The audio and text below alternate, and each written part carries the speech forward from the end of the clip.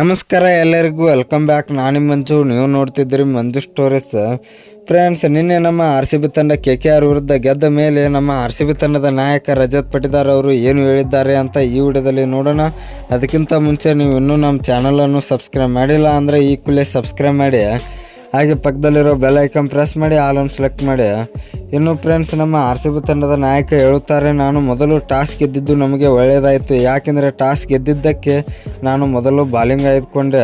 ಯಾಕೆಂದರೆ ನಮ್ಮ RCB ತಂಡದಲ್ಲಿ ಚೇಸ್ ಕಿಂಗ್ಗಳಿದ್ದಾರೆ ಅಂತ ಹೇಳ್ಬೋದು. Virat Kohli, Phil Salt, Livingston ಇವರು ಎಲ್ಲ ಆಟಗಾರರು ಕೂಡ ಬೆಂಕಿಯಾಗಿ ಚೇಸ್ ಮಾಡೋದ್ರಲ್ಲಿ ನಂಬರ್ 1.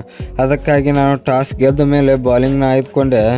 ಇನ್ನು ಬಾಲಿಂಗ್ನಲ್ಲಿ ನಮ್ಮ RCB ತಂಡದ ಎಲ್ಲ ಆಟಗಾರರು ಕೂಡ ಒಳ್ಳೆ ಬಾಲಿಂಗ್ನ ಹಾಕಿದ್ರು. ಅವರನ್ನು ಕೇವಲ 200 ಅಂದರೆ ಅವರು ಬಿಗ್ ಸ್ಕೋರ್ ಹೊಡಿತಾ ಇದ್ರು. 250+ ರನ್ನನ್ನು ಹೊಡಿತಾ ಇದ್ರು. ಅದನ್ನು ಕಟ್ಟಿ ಹಾಕಿ ನಮ್ಮ RCB ತಂಡ ಕೇವಲ 174 ಗುರಿಯನ್ನು ಅವರಿಗೆ ಮಾಡಿಕೊಟ್ಟಿತು ಅಂತ ಹೇಳ್ಬೋದು. ಈ ಗುರಿಯನ್ನು ಬೆನ್ನಟ್ಟಿದ ನಮ್ಮ RCB ತಂಡ ಒಳ್ಳೆ ಬ್ಯಾಟಿಂಗ್ನಲ್ಲಿ, ಅಂದರೆ ಫಿಲ್ ಸಾಲ್ಟ್, ವಿರಾಟ್ ಕೊಹ್ಲಿ ಅವರು ಬೆಂಕಿಯಾದ ಪರ್ಫಾರ್ಮೆನ್ಸನ್ನು ತೋರಿದರು. ಅಷ್ಟೇ ಅಲ್ಲ, ನಾನು ಕೂಡ ಬಂದು ಕೇವಲ 15 ಬಾಲ್ಗಳಲ್ಲಿ 36 ರನ್ ಚೇಸುತ್ತೇನೆ.